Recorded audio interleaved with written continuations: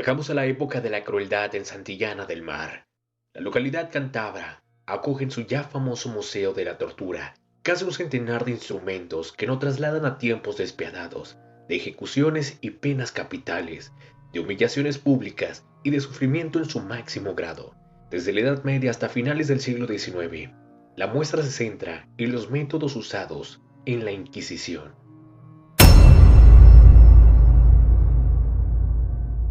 La doncella de hierro, con forma de sarcófago, con dos puertas y con clavos en su interior que penetraban al cerrarlas en el cuerpo de la víctima. La primera ejecución con este método se remonta al 14 de agosto de 1515, cuando un falsificador de monedas fue introducido. Relato espeluznante de Gustave Freytag. Las puntas afiladísimas le penetraban en los brazos, en las piernas, en la barriga y el pecho, y en la vejiga, en la raíz del miembro, y en los ojos, en los hombros, pero no tanto como para matarlo, y así permaneció haciendo un gran griterío y lamento durante 2 días, después de los cuales falleció. En la posición número 2 tenemos el hacha de verdugo. Mientras en la Europa central y nórdica era más frecuente la decapitación con espada, en la Europa gala y mediterránea se usaba el hacha. Los verdugos se entrenaban intensamente con animales en mataderos para perfeccionar el acierto de golpe, maña y fuerza, que no eran iguales entre decapitados nobles que en plebeyos con agonías dolorosas. En la posición número 3 tenemos la guillotina, introducida por Joseph Ignacio Guillotin. Este médico francés promovió una ley para que todas las ejecuciones, sea el individuo de la condición que fuese, se realizara con una máquina que decapitara de forma indolora, cayendo la cabeza a un cesto o al suelo. Según se explica en el catálogo de la exposición, la primera se usó en París para ejecutar a un asaltante de diligencias en 1792. En la posición número 4 tenemos el garrote, mítico instrumento en el que un tornillo hace retorcer el collar de hierro hasta asfixiar a la víctima. Existe también una versión catalana en la que un punzón de hierro rompe las vértebras y aplasta la tráquea. La jaula colgante. En la posición número 5 tenemos este horroroso método que nos recibe en los jardines del solar de Santillana. La víctima desnuda era encarcelada en estos hierros y colgada. Hambre y frío, sed y quemaduras en verano. Los cadáveres se dejaban a la vista del público hasta que el desprendimiento de los huesos. En la posición número 6 tenemos la rueda para despedazar. Después de la horca, era el método más común en Europa germánica. Se desnudaba a la víctima y era estirada boca arriba en el patíbulo, con los miembros extendidos y atados a una estaca de hierro.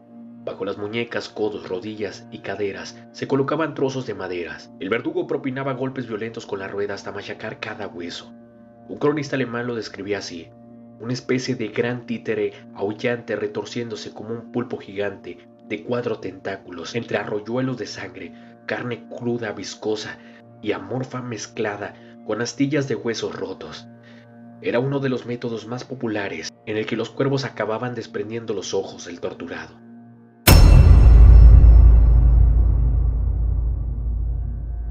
En la posición número 7 tenemos la cuna de Judas. Este procedimiento prácticamente no ha cambiado desde la Edad Media hasta nuestros días. La víctima es izada y descendida sobre la punta de la pirámide, de tal forma que su peso reposa sobre el punto situado en el ano, la vagina, el escroto o bajo el coxis.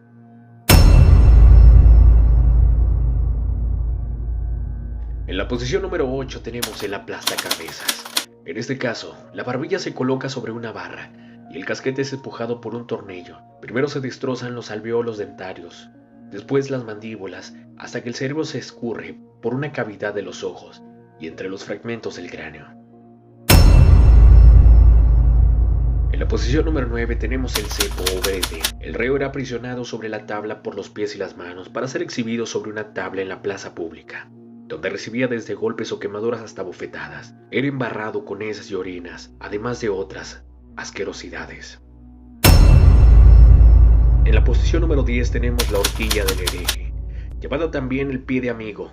Este aparato consistía en un collar de hierro del que nacían 4 puntas muy afiladas y que se clavaban en la barbilla y el esternón. En la posición número 11 tenemos la silla de interrogación. con la víctima al natural, sin más ropajes que su piel, era colocada en un sillón con cientos de púas de hierros, pinchos que se clavaban en el cuerpo y que podían convertirse en un calvario aún mayor cuando eran calentados por una antorcha. La electricidad hace eso hoy en día.